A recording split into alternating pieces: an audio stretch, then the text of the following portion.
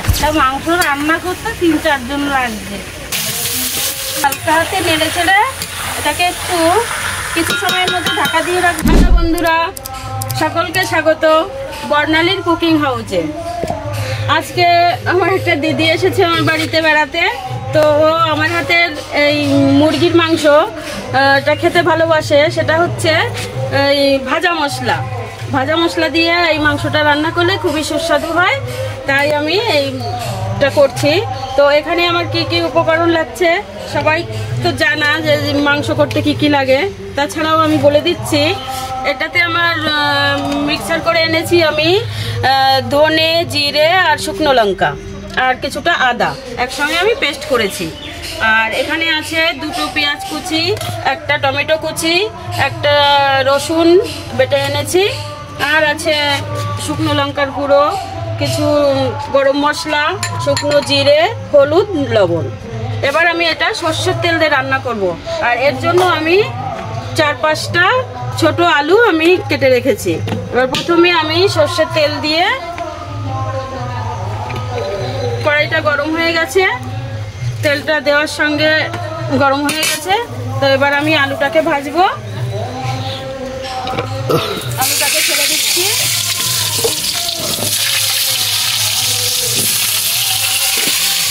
এবার আলুটা একটু ভাজা ভাজা হোক।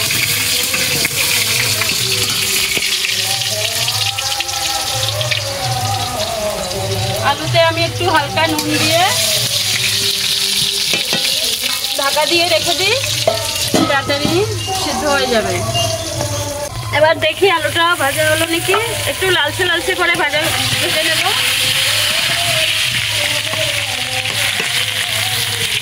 খুব গরম পড়েছে, আর এই বাইরে বসে রান্না করা খুবই কষ্টের, তবুও রান্নাটা হচ্ছে এখানে। আলুটা ভেজে নিলে মাংসতে খুব সুন্দর সিদ্ধ হয়ে যায়, আলুটা খেতেও ভালো লাগে।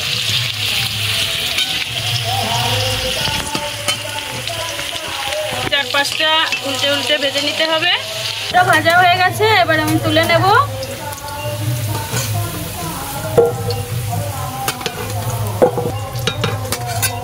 কুচিটা দিয়ে ভেজে নেব।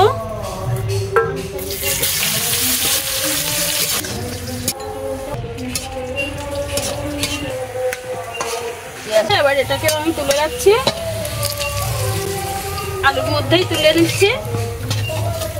এবার আমি এক ফোড়নেই মাংসটা করব, তো এই তেলের মধ্যে আমি আরেকটু সর্ষের তেল দিয়ে দিচ্ছি।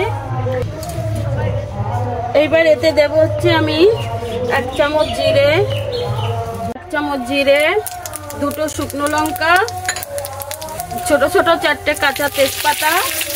হালকা ভেজে আমি এর মধ্যে দিয়ে দেব রসুন বাটাটা। রসুন বাটাটা হালকা ভাজা হয়ে গেলে তারপর আমি দিয়ে দেবো কাঁচা টমেটো কুচিটা হয়ে গেছে। এবার আমি কুচনো টমেটোটা দিয়ে দেবো। এবার এতে দেবো হলুদ গুঁড়ো আর নুন দেবো। টমেটোটা ভাজা ভাজা হয়ে গেছে, প্রায় গলে গেছে। তো এবার আমি এই মশলাটা দিয়ে দেবো। মশলা থেকে তেল ছেড়েছে, আমি এবার মাংসটা দিয়ে দেবো। এই মাংসটা আমি আমাদের সকালে বাজার থেকে এনেছে, তো আমি তখন ধুয়ে এতে আমি হলুদ আর সর্ষের তেল দিয়ে মাখিয়ে রেখে দিয়েছিলাম। এখন প্রায় 11টা বাজে, তো এটাকে আমি এখন রান্না করছি।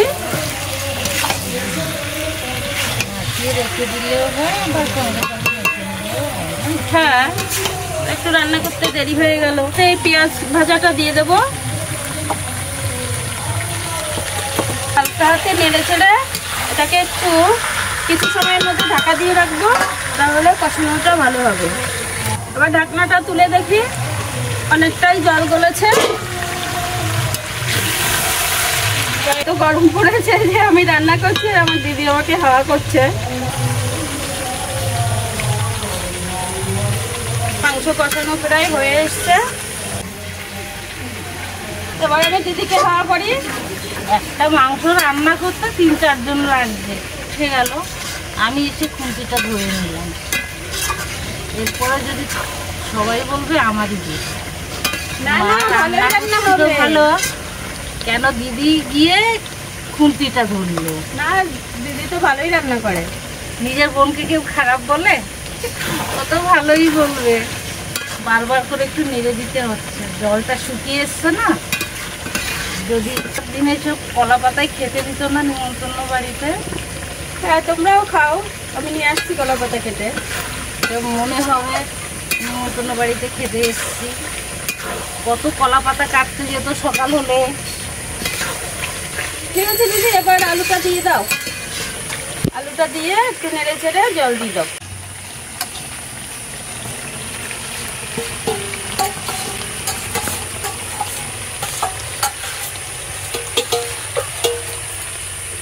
প্রায় হয়ে এসছে,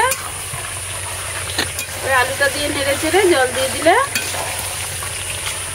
জল দিয়ে আবার কিছু সময় ঢাকা দিতে হবে।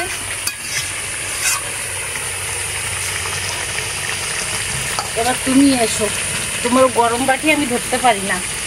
জল দিয়ে দিচ্ছি, 2 বাটি মতো জল দিয়ে দিলাম।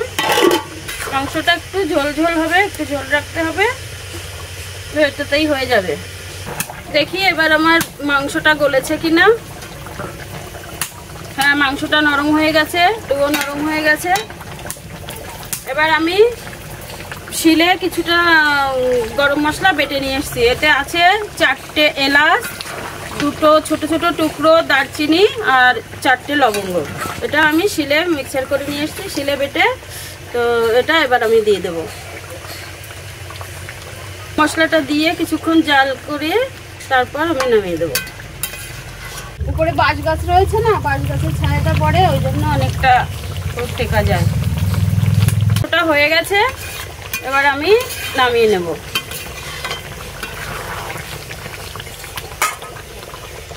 কড়াই ধরে আমি নামিয়ে নিচ্ছি।